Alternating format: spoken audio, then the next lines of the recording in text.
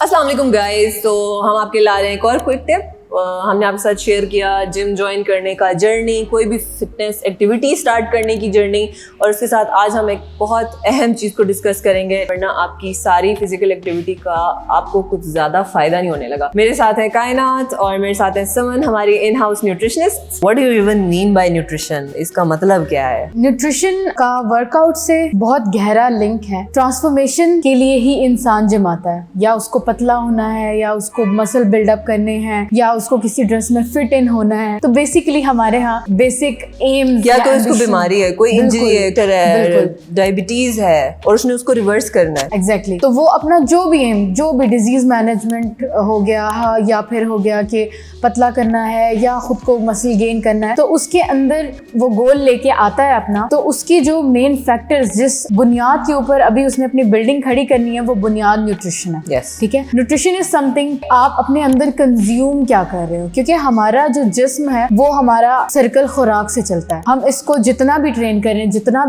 जब तक इसके अंदर जो चीज जा रही है, जो खुराक जा रही है, वो अकॉर्डिंग टू द नीड नहीं होगी, वो गोल हम अचीव कर ही नहीं सकते। एक इंसान जो मसल बिल्ड करने के लिए आया है, उसका प्रोटीन पूरा नहीं है, वो अपना जो है प्रोटीन सही मीट सोर्सेज या कार्ब्स नहीं सही खा रहा, तो अगर वो प्रोपोर्शनाइज्ड नहीं है या उनकी सही कह सकते हैं कि सही हिस्सों में वो नहीं खा रहा, तो वो मसल नहीं बना सकता। तो कितना खुराक आपकी बहुत अहम है, आपका न्यूट्रिशन बहुत अहम है कि आप अपनी सारे जो मैक्रोन्यूट्रिएंट्स हैं, बेसिकली 3 है, प्रोटीन, कार्ब्स एंड फैट। तो ये 3 है मैक्रोन्यूट्रिएंट्स। मगर अभी आज हम बात कर रहे हैं तो फिजिकल एक्टिविटी शुरू कर दी मैंने आज फैसला किया कि यार फिजिकल एक्टिविटी तो मैंने शुरू कर दी, मैंने जिम या कोई प्रोग्राम मैंने स्टार्ट कर लिया, मैं उस पर रेगुलर में हूँ, मगर उसके साथ हम न्यूट्रिशन की कितनी अहमियत है, कितने फीसद अहमियत है अगर मैंने अपनी जर्नी शुरू कर दी है समन, तो कितना फीसद अहम है न्यूट्रिशन पे काम करना? अच्छा, बेसिकली न्यूट्रिशन जो है, अगर हम उसकी बात करें तो 80% 80% हमारा न्यूट्रिशन है, 20% हमारा वर्कआउट है। ठीक है। यहाँ पे आप 6-6 घंटे 7-7 घंटे आके भी जिम लगा लो, ट्रेडमिल पे भाग लो, साइकिलिंग कर लो, एलिप्टिकल कर लो, जो भी आपने करना है आप करो। अगर आपका वो 80% न्यूट्रिशन से पूरा नहीं हो रहा, तो आई एम सो सॉरी, आप अपनी बॉडी की ट्रांसफॉर्मेशन नहीं लेके आ सकते। ठीक है। अगर आप ले भी आते हो तो क्या हो जाएगा, वो टेम्पररी ट्रांसफॉर्मेशन होगी। ठीक है। आप जिस तरह से अपनी लाइफस्टाइल में वापस जाओगे, जिस तेजी से आपने जो वेट लॉस किया था, अगेन क्या हो जाएगा, वो उतनी ही तेजी से रीगेन होगा। अच्छा, ये भी नहीं और है ना, और बहुत से लोग घबरा जाते हैं इससे कि पता नहीं अचानक से ये मुझे बॉइल्ड और ग्रिल्ड चीजों खाने का कह रही हैं, और ये सुबह से लेकर रात तक ये कौन करेगा,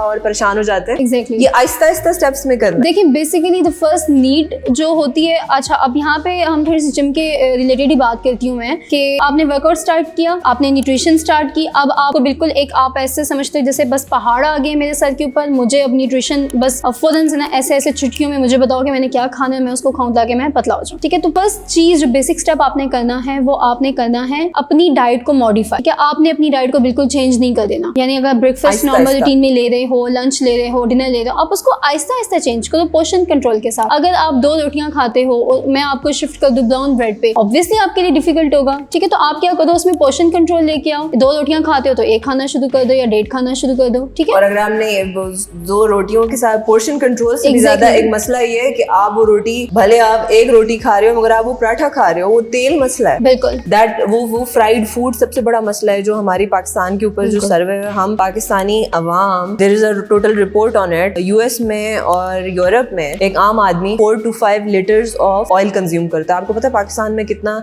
एक आम आदमी तेल इस्तेमाल करता है अपनी बॉडी में उंडेलता है? 15%, 3 से 4 गुना ज्यादा। कैसे? पकोड़े, समोसे, कचौरियां, पराठे। और इसी वजह से हमारी पॉपुलेशन में हार्ट अटैक का इशू इतना ज्यादा है। मुझे लगता है अब 2 रोटी खा रहे हैं, मगर अगर वो सही चक्की के आटे की रोटी है और वो खुश्क रोटी है, बजाय से कि हम पराठा खाएं, तो छोटे छोटे ट्वीक्स करने हैं हमने। बहुत से लोग समझते हैं रोटी चीज सही चीज नहीं है। देखिए, वो कहावत है ना कि कतरा कतरा मिल के दरिया बनता है, तो same is the case with your diet. आपकी बॉडी के साथ भी वही सिनेरियो है। एशियन कंट्रीज में, या हम जो पाकिस्तान, इंडिया, जो हम बॉर्डर वाले कंट्रीज है ना, हम लोगों में मसला है हमारे शुरू से ही लाइफस्टाइल का। हम लोगों ने दिमागी तौर पे मान लिया है कि ब्लड प्रेशर हमारे खानदान की बीमारी है, वो हमारे चाचू को थी, वो हमारे ताया अबू को थी, वो हमारे बाप को है तो मुझे भी होगी।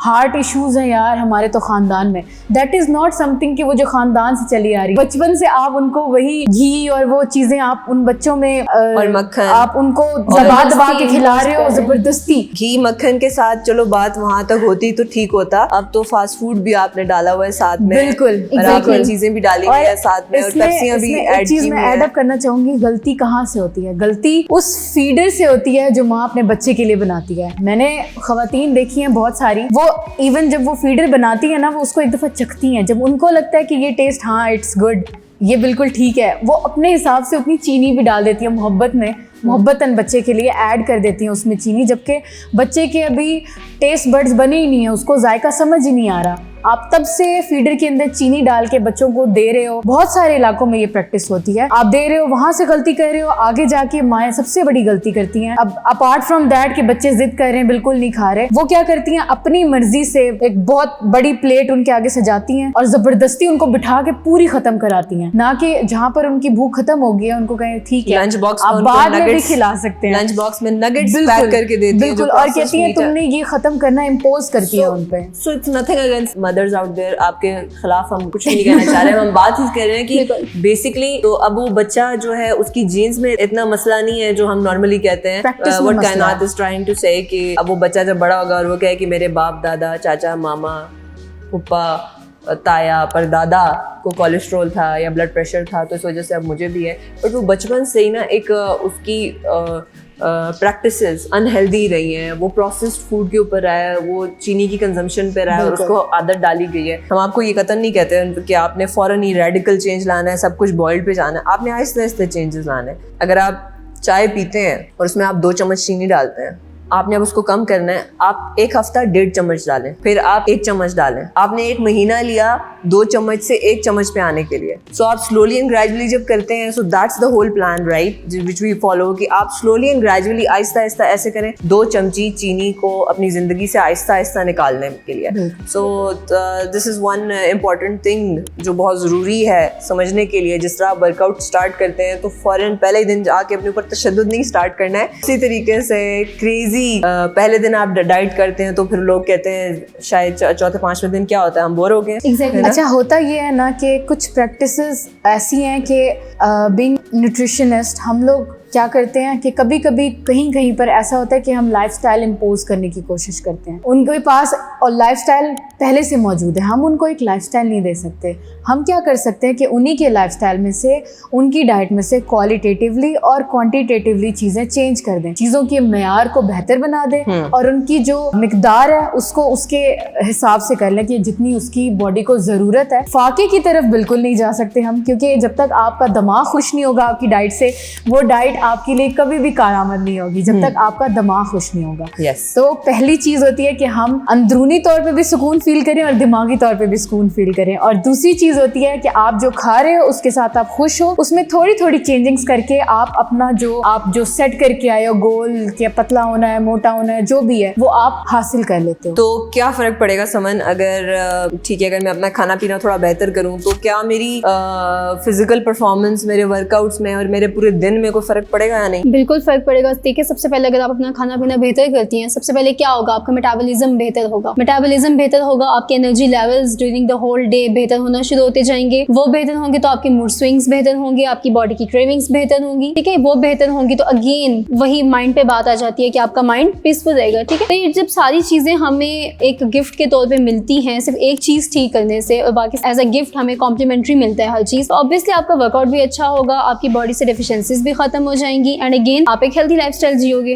शायद पूरा दिन ताकत भी ज्यादा अच्छी हो जाएगी। आप उस चीज को अपना लाइफस्टाइल बना लो ताकि ना वो आपकी जान के लिए एक अजाब बने, ठीक है, और आपकी सारी जिंदगी वो चलता रहे और वो आपका लाइफस्टाइल बन जाएगा जो आपको मुश्किल भी नहीं लगेगा अपनाना। Thank you so much for watching the episode and stay tuned for another amazing tip very soon.